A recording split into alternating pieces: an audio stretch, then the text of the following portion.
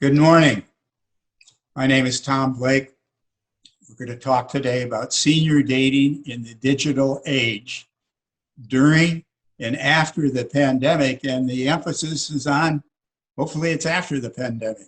We'd like that to end. Okay. I'd like to start this morning mentioning how my writing began,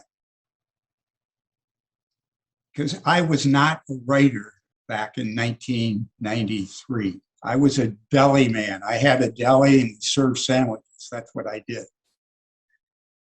On Christmas time, I went to Santa Rosa, California, to be with my 83-year-old mom.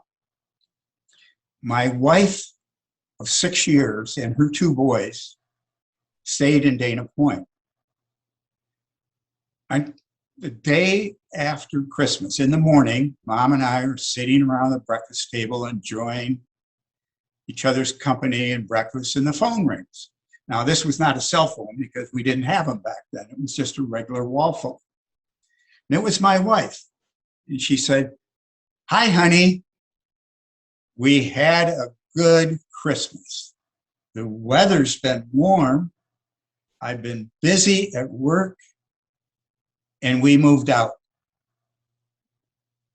I went, "What? What do you mean you moved out? Where did you go?" I was very puzzled. And she said, "Everything's okay. I just wanted to give you a heads up." Bang, she hung up the phone. Obviously, that phone call rocked my world. I told Mom, I said, "I've got to get in the car and drive back to Dana Point. I've got a lot of things to think about." I had a million thoughts going through my mind. Why did it happen? Why didn't we talk about it? What about the deli? What about my dogs? All that stuff. So I got in the car and I had a notepad that I put on my lap, and I had a pen, and I wanted to be careful driving. I didn't want to be distracted, although I was very distracted, but I didn't want the writing to distract me.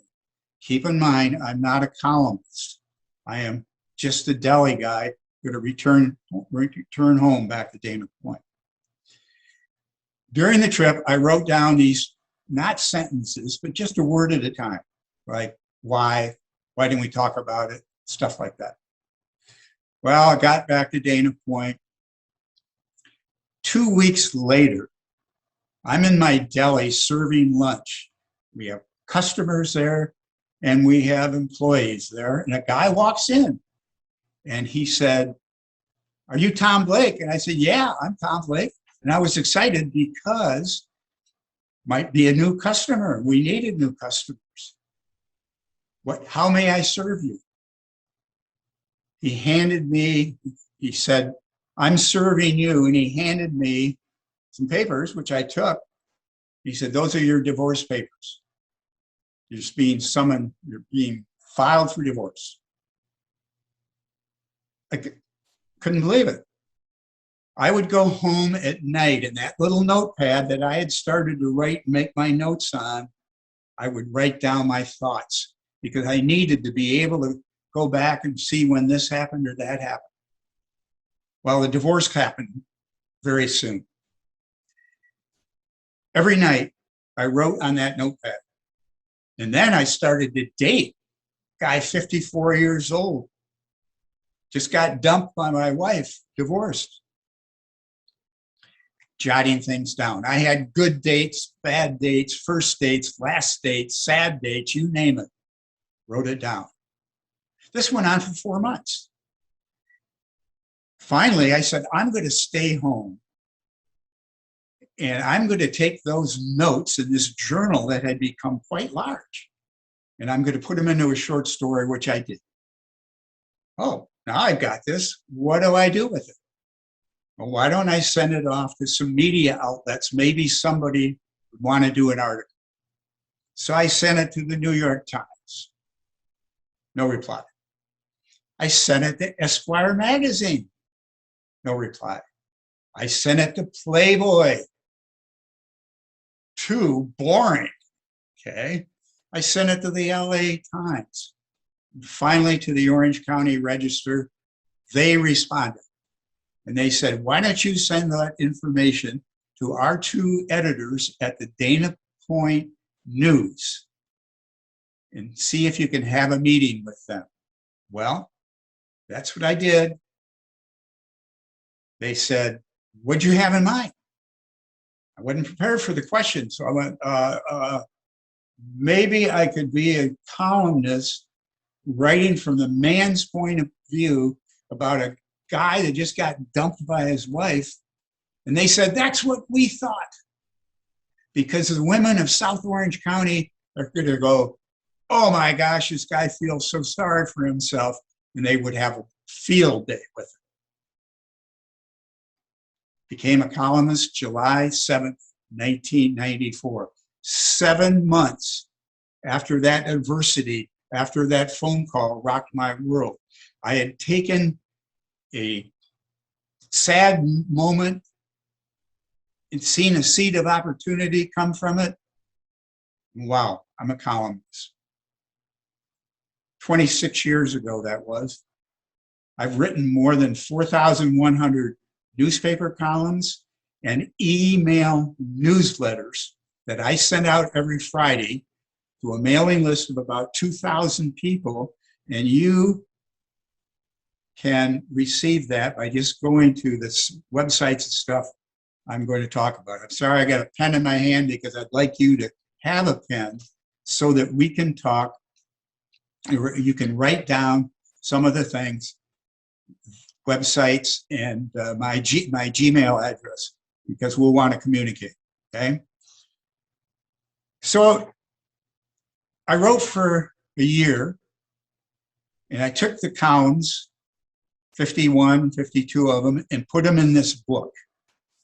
This was my first published book, and I mention it mainly because I'm pretty proud of the back cover. The endorsements. The big endorsement for me is my friend, country and western singer Johnny Cash endorsed this book. And he said, in the 20 years I've known Tom Blake, he's become an expert on dating. Now, I didn't know how Johnny knew that, but I figured it was probably because I'd spent a lot of time for 2 years with Johnny and June Carter, his wife, and their band. And I'll admit, I appeared with a few different women, and I think that's what gave Johnny the idea. So today we're going to talk about the senior dating. Okay? I have to say this up front. It is more difficult for senior women than it is for senior men because of the dreaded ratio. And what do I mean by the dreaded ratio? It's the number of available single women to the number of available single men at a particular age. So at 50, it's about 1 to 1. By the time we get to age 60, there's almost 2 women, single women, to each single man. Makes it a little more difficult to meet somebody. By the time you get to age 65 and 70, it goes to 3 to 1 and 4 to 1. And you know what women tell me? Some of those guys are not relationship material. Oh, wow. But some of the guys say that about the women too. But in effect, that makes these ratios even more difficult. If one woman has to deal with 5 other women to meet a guy, very difficult. I mention that because it's a fact of life. It's not your fault. You can't do anything about it. Just keep your expectations realistic. Okay? Wanted to say that. Today's topic, we're going to talk about how to begin dating, where to go in dating, internet dating in the digital age.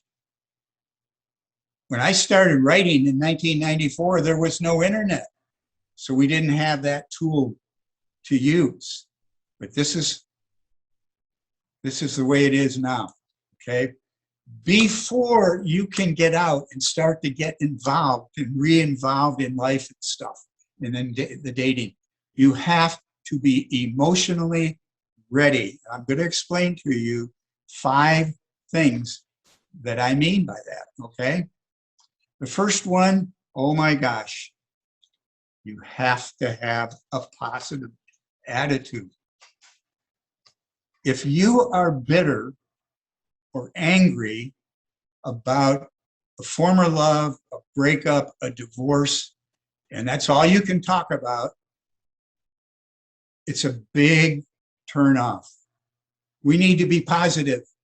We need to smile. I need to smile. We need to be happy. That's the first emotionally ready thing you need to do. Next, we need to get the body moving. We all have wrinkles. We all have aches and pains. We may have difficulty walking. Walking is an incredible exercise, but we need to keep the blood flowing. Now, some people have trouble with that because they're either using a cane, they're in a wheelchair, they're using a walker. If they can't walk a lot, move their body, that you lift some weights, not heavy weights, critical to keep the body moving. It'll make for a much better situation when you go out there and try to meet somebody, okay? The next thing in being emotionally ready is probably the most important: social interaction. And the pandemic really put a damper on that, especially for we seniors. We couldn't go out and meet with our family or our friends. We couldn't go to restaurants. We had to wear a mask. It was hard, and it was hard on us. Yes, COVID-19 took a tremendous toll of people passing away, but doctors have said that lack of social interaction and meeting with friends is very unhelpful. So this has to be incorporated into our emotionally ready getting out there. Keep our mind active. Do not let your mind go stale. Do not sit around, and during the pandemic, it was harder because didn't have as many choices to get out. It's bad to sit around and just watch reruns. I recommend to everybody who is kind of re-engaging in life and getting back out, you create your own little log, a blog, a diary, whatever you want to call it. Maybe call it My New Life, and just jot down at night what you accomplished in getting back out into the world. Oh, today I saw Judy. Last night we went to a movie.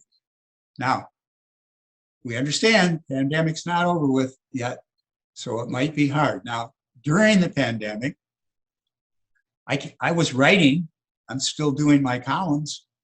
I've written 4,100 of them or something like that. But I had a little extra time, and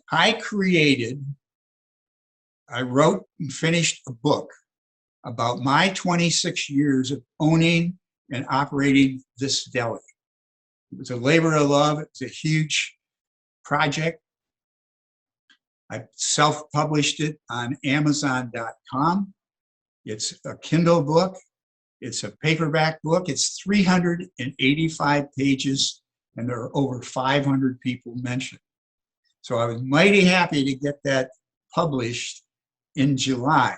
Now, these pictures of books that I'm showing you are available on my website, which I'll give you the address at the end.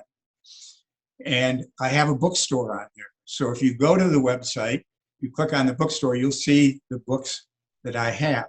This one's the most recent one on there. Just started the marketing of it now. Lastly, in emotional readiness, you have to commit to make an effort, because this getting out and re-engaging in life takes energy, it takes time, and it might take even a little bit of money depending on what you get involved with. But make the commitment to get out there and restart your life. Next, we're going to talk about where do we go? Geez, Tom, you're telling us to get out there, but don't know where to go for sure. Well, I'm going to recommend 3 things today. Oh, senior centers. Can you imagine what a gift to us, to seniors? Friendly people who get it. They understand our situation. There's activities. There's new friends. Wonderful places. Now, what I want to do this morning is read to you, paraphrase, an email from a lady in Pennsylvania named Ginny, who has a senior center story. Now, just going to bear with me on it. Ginny wrote, 8 years ago, as a widow at age 72, now that makes Ginny 80 now, I decided I wasn't going to join just women's groups, so I found the local senior center here in Pennsylvania. It's a happening place. I am now on the console there. Ginny says, I first spotted Harry, an old friend from when I was in junior high and he was in high school, so he's 7 years older, making him 87 now. Saw Harry shooting pool at the senior center with the guys. I went back often because he recognized me right away. Imagine, he had been married 59 years. He was a widower. After a few more visits to the pool room where the guys were, Harry asked me on a date. Couple conditions. He did not want to ever get married again. He did not want to live with anybody. He wanted only a friend and somebody to have fun with. Now that came in April from Ginny. In May, I had another email from Ginny, and the subject line was, Harry changed his mind. 87-year-old Harry changed his mind. I thought, oh no. You know, I thought Ginny, I'd written a column about him and I thought it was a great story. But when I read it, it's good news. Harry wanted to get married in November. Gosh, this is great. I wrote a column about it.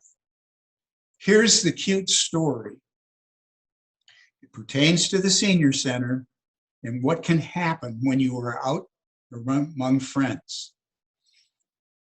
One of my readers on my e-newsletter that you can sign up for, that I hope you do with a pen, one of my readers is the New York Times wedding journalist, wedding columnist, Tammy LaGorse.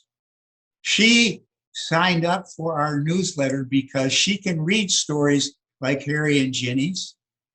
She gets ideas for columns for the New York Times. In July, she contacted me, asked if she could talk to Ginny. I said yes, I put them in touch. And Ginny writes me and said, we're going to meet to discuss the possibility of our story being in the New York Times. And this happened because of the senior center. Great place to go. What's next? Meetup.com. Now write that down with your pen and your piece of paper that I think you probably have, I hope.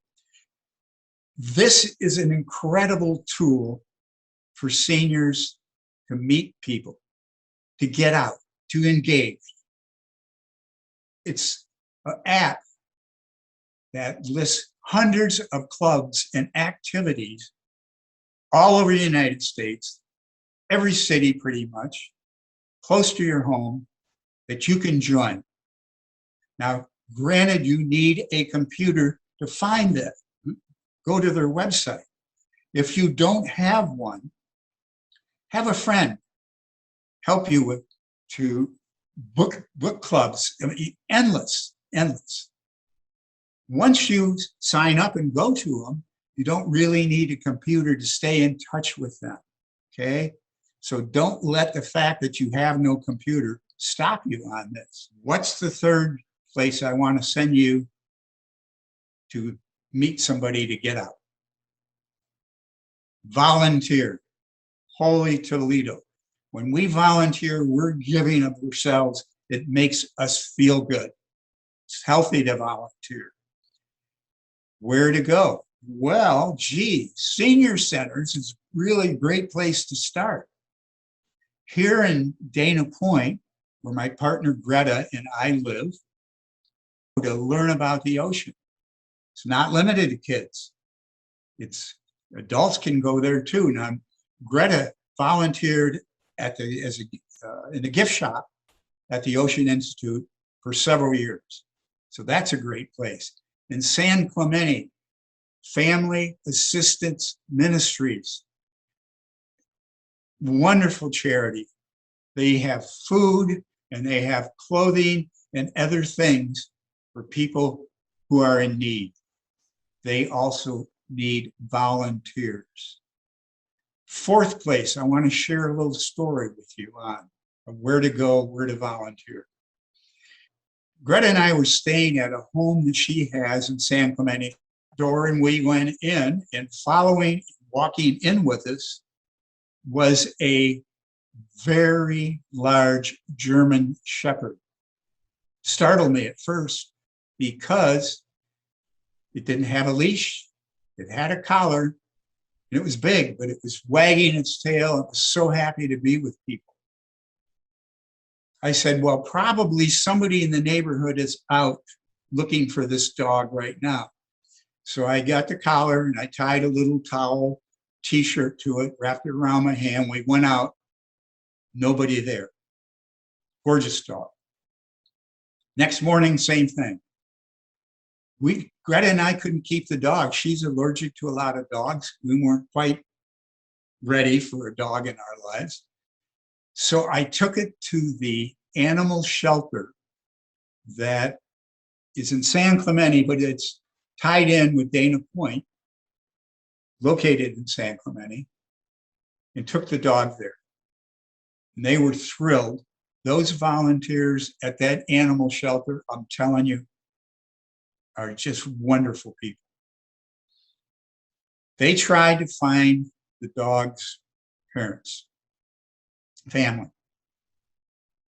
Went to the neighborhood where the dog had come in. Nobody claimed it. Nobody seemed to want it. So they put it up for adoption. I went down to see it one day and it was behind the cage and I just broke my heart. But the next morning, a nice family from Oceanside came in and took the dog home and named him Samson. Volunteering can warm your heart. So those are ideas or where to go. Now, I mentioned we're going to talk about internet dating for seniors in the digital age. Oh my gosh, folks. The internet is probably the best mate-seeking tool you can use that's available. Why? It allows you to reach out beyond your neighborhood, beyond your city limits, beyond your state, even beyond your country. There's thousands of people, thousands of seniors on here. Incredible mate-seeking tool. You do need to have a computer. And in order to stay on these sites, you're going to kind of need the computer. Now, maybe you can pay somebody, if you don't have one, to come in and get on a site or two and see who would be interested in meeting you. Unfortunately, somebody who will be interested in meeting you is probably a scammer. I am so tired of reading about single women and widows who have lost thousands of dollars to these scammers who are perfectionists on how to manipulate lonely people. Widows are lonely people. Some guys get scammed too. But you have to be extremely careful. And I'm going to share a story with you about what happened to a friend of mine whose father, he lives in Dana Point, his father and mom lived in San Clemente. 4 years ago, the husband, his dad, went up on a ladder, cleaning out the eaves trough, and fell and died. Younger than I. His widow, Eileen, his widow, waited a year before she decided maybe she would try internet dating. She needed the grief time, the time to recover. So she goes online and immediately meets a guy who's from the United States. He says, oh, he's overseas working in Nigeria, but he's going to be home in 4 months. And when he gets home, he's going to come out and see her. He lived in the East Coast, I think, Washington, D.C., or she maybe would come there. When he got back, he got her snail mail address from her, and he started sending her trinkets and little gifts to make her feel special. They were probably free by his scamming company. She started to believe that this guy loved her. I kept telling her son, it's a scam. The biggest red flag is I'm working overseas. Don't buy it. Pandemic came. She finally gave up on the guy because the scammer wasn't interested in keeping, because he couldn't come to the US. He wasn't going to come anyway, but he was going to try to get her money. So thank heaven she stopped that. But that can happen on the internet. Never, most important lesson in today's talk, never give money to a stranger. Bad enough giving it to a friend. Just if you're going to give money, don't expect it back unless you get paper signed if you're doing it with a friend or family member. Final point on the internet dating kind of background here, trust your instincts. If someone sounds too good to be true, they are. Let's talk about a couple sites, okay? OkCupid, a free dating site. Quite a few seniors go on it. Free, but they will offer upgrades for a little more money. But still a good place maybe to start and try. I've heard some success stories on OkCupid.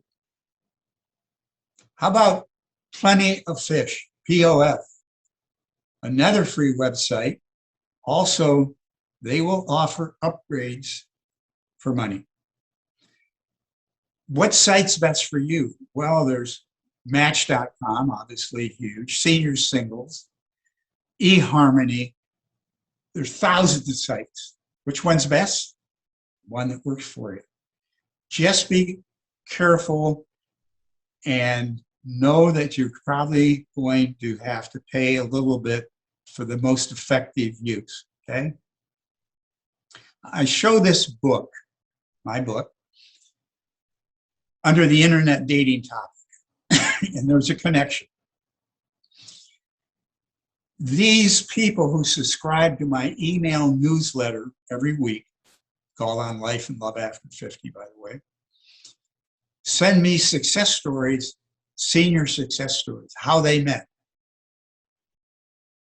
And I had so many of these about 10 years ago. I said, you know, these can be really helpful to people. So I put them together in a story, and each little story has got how they did it, and the benefits that they learned, the things they got from it besides a mate. Right before we were going to put it out to the press, 8 more stories came in. So there's actually 58 stories. My editor said, Tom, don't change all the artwork and stuff. It's going to cost too much money. So there's actually 58 stories. That's 116 people. The thing about the internet is half of them met on the internet. At that time, Match was kind of the big one, eHarmony, there were some. And there were specialty sites, J-Day, religious sites, all kinds. This book, again, is on my website, Finding Love After 50. You click on Tom Blake's bookstore. Also on that website, you get it, it'll flip it to you here in a minute. There are hundreds of articles, dating articles. You can spend a lot of time on it. Let's go and take a look. Remember I said, got a pen, was holding it up for too long. Write these down. Finding Love After 50, of course, it's a www, is where you can see the bookstore. You can sign up for that email newsletter on the home. You sign me up. Email me with your stories, your questions. Sign up for that. You don't have to sign up. You could just email me if you have stories and questions, and I will get back to you. So I hope this gets you started in re-engaging. Get over to those senior centers. You're already there. We get a lot of them in Orange County. And I really appreciate you taking the time with me today. Thanks so much, you guys. Thank you, Tom, for all of that. We're going to go live with some Q&A. Before we do that, you know, I've heard so many stories of not just seniors, but seniors being taken advantage of from somebody overseas, and it just breaks my heart to hear those things. So such really great advice for those, you know, again, if they're from out of the country, it's probably a scam. Got that. All right. Well, before we get to the questions, we've had a couple of comments that were such a great presentation. The first question they had was from Betty, and she said, what were the ages of the oldest couple that you know have ever met? Oh, and you know, Tom, can you turn your mic on?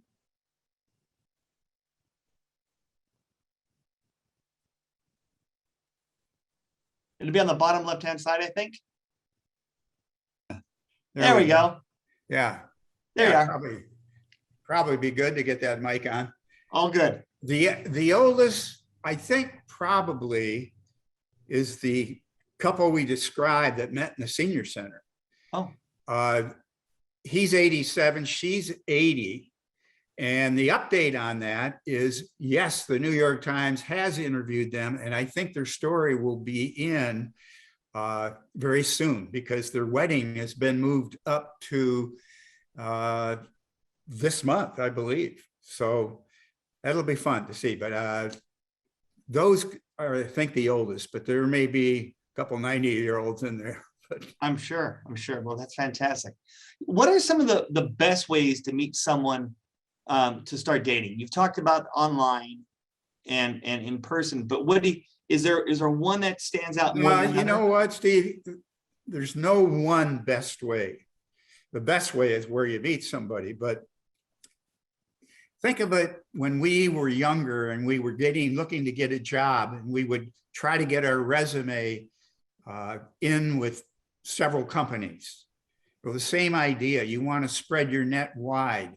So it's not going to be just online. It's not going to be just going to the senior center. It's going to be a combination of things. And of course, as the speakers have talked about today, the pandemic has made it more difficult to get out.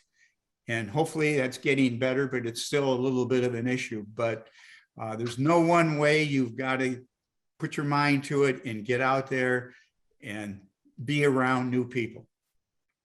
What advice do you have for someone who is just, like, say they're starting to date, either after being widowed or a different circumstance? What advice do you have? Take a deep breath first. Start slowly. I suggest that people make a written list of the characteristics that they want in a mate and write them down. I'm talking about a simple list, maybe 10. So they know kind of what they're looking for. That's, I think, very important before you really get out there, because you don't want to waste your time on somebody that's not right for you, and you don't want to waste their time if they're not right. So you just got to start, and you got to be emotionally ready, as we talked about, with the attitude and social interaction and being fit, walking a lot if you can, keep your mind active. All those things are important. So start slowly. Don't try to go to 5 different dating sites at once. Maybe start with 1, might have 2, but get out there and get active at your senior center or at your church, wherever, volunteer, stuff like that. You know, it's interesting because, you know, in my career of not being a pirate host, but as in doing weddings and events and officiating and things like that, we do a fair number of weddings for those that have been widowed or it's their second marriage, and they are in their 60s, 70s, and 80s. And it's obviously it's a very different wedding than if somebody was in their 20s or 30s, right? What advice do you have for somebody that maybe has reconnected with somebody from their youth, and they want to rekindle that relationship? Well, I think the reconnection is a good thing, but there's also things to remember. One, maybe that was 50 years ago, and guess what? He doesn't look the same, and she doesn't look the same. You know, we've got some wrinkles, we got hair this color, and handsome. That's the color. We call that handsome. Yeah, here we go, handsome. So while you may have something in common, you went to the same school, played in the same band, whatever it is, that's help, but it may not be what the reality will be when you finally meet. So another big issue is, where do they live and where do you live? You know, I'm from Jackson, Michigan. We live in Dana Point now. Would I ever consider dating somebody from Jackson? Not if they're back there. You know, not even Detroit or Chicago or Des Moines or wherever it might be. So a lot of considerations. Don't think, oh, it's going to be automatic. I'm going to hook up with this person and it's going to be wonderful. I'm going to give you one quick example, Steve. In 2017, a guy from my high school, we were cross country, track swimmers together. He said to me, he was going to go try to meet Sue. His name was Phil. Sue from our class, and he lived in California. She's back in Michigan. And I went, that's a very unlikely couple. Well, he went back and kind of hung around near Grand Rapids, Michigan, and spent some time. And the next thing you know, they write me and tell me they're going to get married. Couldn't believe it. And the next thing we know, they show up at our house, Greta and my house, and it was wonderful. And I couldn't even, I just said, how did this happen? His health wasn't good. 4 months later, he passed away. You know, so you have to realize that somebody older, what's going to happen? Interestingly enough, she went back to Grand Rapids and remarried her first husband after that.